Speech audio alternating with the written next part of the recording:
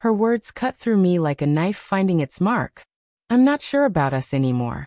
Maybe we should take some time apart. I stood there in the kitchen, unable to move. The familiar scent of her lavender perfume, usually so comforting, seemed bitter now, clinging to the air. The steady tick of the wall clock felt louder than ever, slicing through the silence between us. Just 3 days before Valentine's Day, Emily's eyes that once felt warm and full of light, were distant, cold, shifting toward the floor as if afraid to meet mine. My chest clenched tight, like a hand closing around my heart. Doubts, I whispered back, the word catching in my throat like a fragile thread. She gave a small nod, lips trembling, then turned toward the sink. Her hands gripped the edge of the counter as though it was the only thing steady enough to hold her upright. My mind began racing, dragging me back through the past weeks, searching for signs I should have seen. The long nights she claimed to spend at the office. The way her phone always sat face down on the table. How her laughter, when I asked about her day, seemed strained, rehearsed, not quite reaching her eyes. I told myself it was just the stress of her promotion, the weight of long hours and new responsibilities.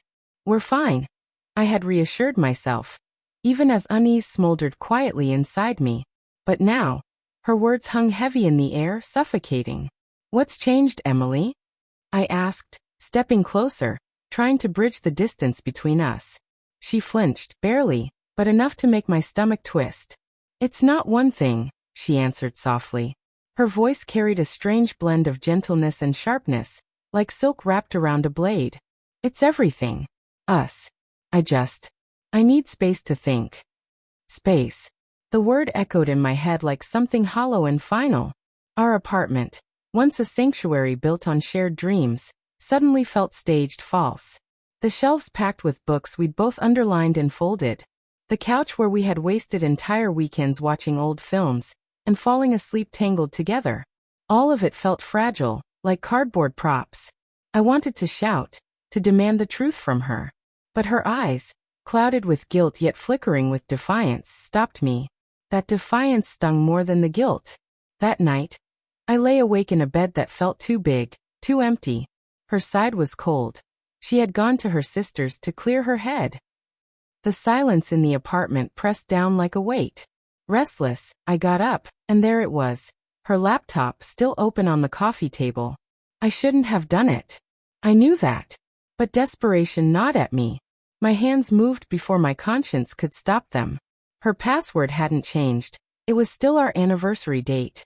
The screen lit up, spilling her secrets in front of me. Emails. Dozens of them. The first line I saw made my pulse thunder in my ears. I can't stop thinking about you. The sender's name, Ryan. My stomach dropped. The messages stretched back for months. Intimate, reckless, laced with a fire she had never shown me. I scrolled further, each word another blade. Meet me at the hotel. He'll never find out. The betrayal wasn't a single blow. It was 1,000 tiny cuts, each word carving deeper into me. And yet, as I stared at the glowing screen, I couldn't help but see her in fragments. The Emily who collapsed into my arms sobbing when her father died. The Emily who laughed so hard at my stupid puns that she snorted, her face red with joy. Which one was real? The woman I loved or the stranger writing these words? Had she always been both? I wanted to hate her. I wanted it to be clean.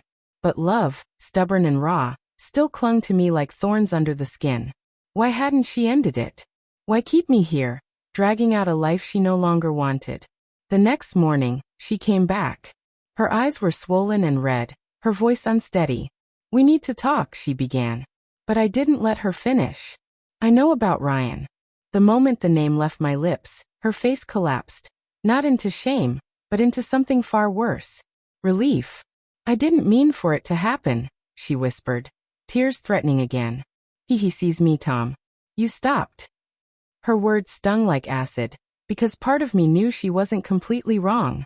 I had grown comfortable, assuming our love was unshakable, forgetting that even the strongest bonds needed tending. I didn't raise my voice.